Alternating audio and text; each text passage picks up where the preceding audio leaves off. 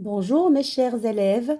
Aujourd'hui, nous avons un cours d'orthographe. C'est les homophones grammaticaux toujours. Vous allez me dire, Madame, encore les homophones grammaticaux? Eh bien, je vous ai promis toute une série, une bonne série, pour ne plus faire d'erreurs d'orthographe. Bien, aujourd'hui, on a les homophones prêt avec S, prêt avec T, et peu avec X et peu avec T. On va voir quelle est la différence. Tout d'abord, on va faire un rappel. Pourquoi donc cette leçon d'homophone aujourd'hui? Alors, l'objectif de cette leçon, c'est de pouvoir toujours trouver l'orthographe correcte du mot en sachant identifier les homophones. Et on vous rappelle que les homophones sont des mots qui se prononcent de la même manière, de la même façon, mais qui s'écrivent différemment. C'est le cas pour prêt avec S et pour prêt avec T et prêt avec un S au pluriel. Alors qu'il convient de différencier. Maintenant, on va un petit peu observer chaque mot et pouvoir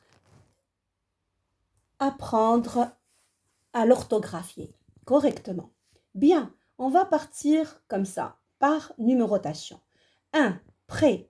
Prêt avec S est soit une préposition qui introduit un complément circonstanciel de lieu, qui signifie alors à côté de ou proche de, et l'inverse, c'est-à-dire le contraire, c'est loin de. Donc c'est une préposition qui introduit un complément circonstanciel de lieu. Exemple, les assiettes sont rangées près du four.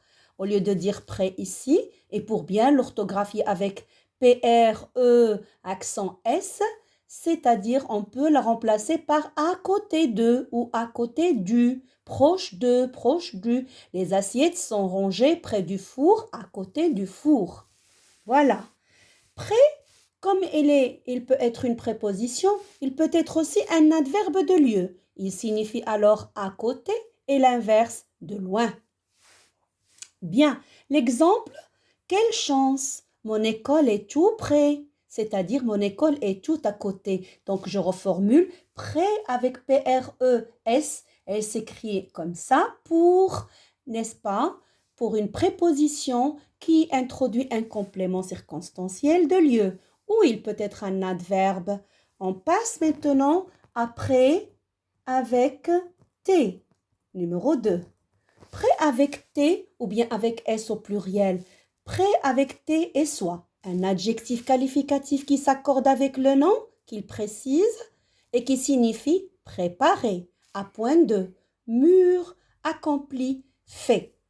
Regardez, le repas est prêt à être consommé, c'est-à-dire le repas est préparé et à point et accompli et fait et fini et achevé.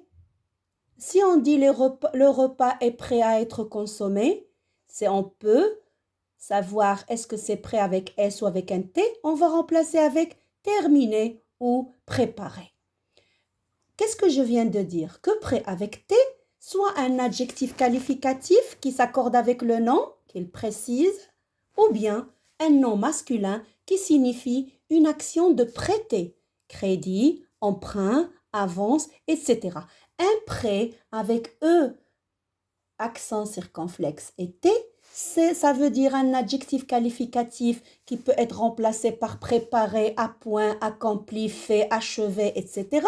Ou bien il peut être un nom masculin qui signifie action de prêter, crédit, emprunt, avance, comme par exemple quand on va à la banque pour demander un prêt, comme cet exemple. Pour acheter sa voiture, mon père a demandé un prêt à sa banque, c'est-à-dire un emprunt, c'est-à-dire un crédit. Maintenant qu'on a compris ce que c'est que prêt avec S et ce que c'est que prêt avec T, je vais retenir l'essentiel. Pour différencier les homonymes, il convient de repérer leur classe grammaticale ou de savoir quel terme se substitue à lui pour l'identifier. Comme je vous le dis tout le temps, pour pouvoir mieux orthographier un homonyme ou un homophone, je dois passer par le classement grammatical. Bien,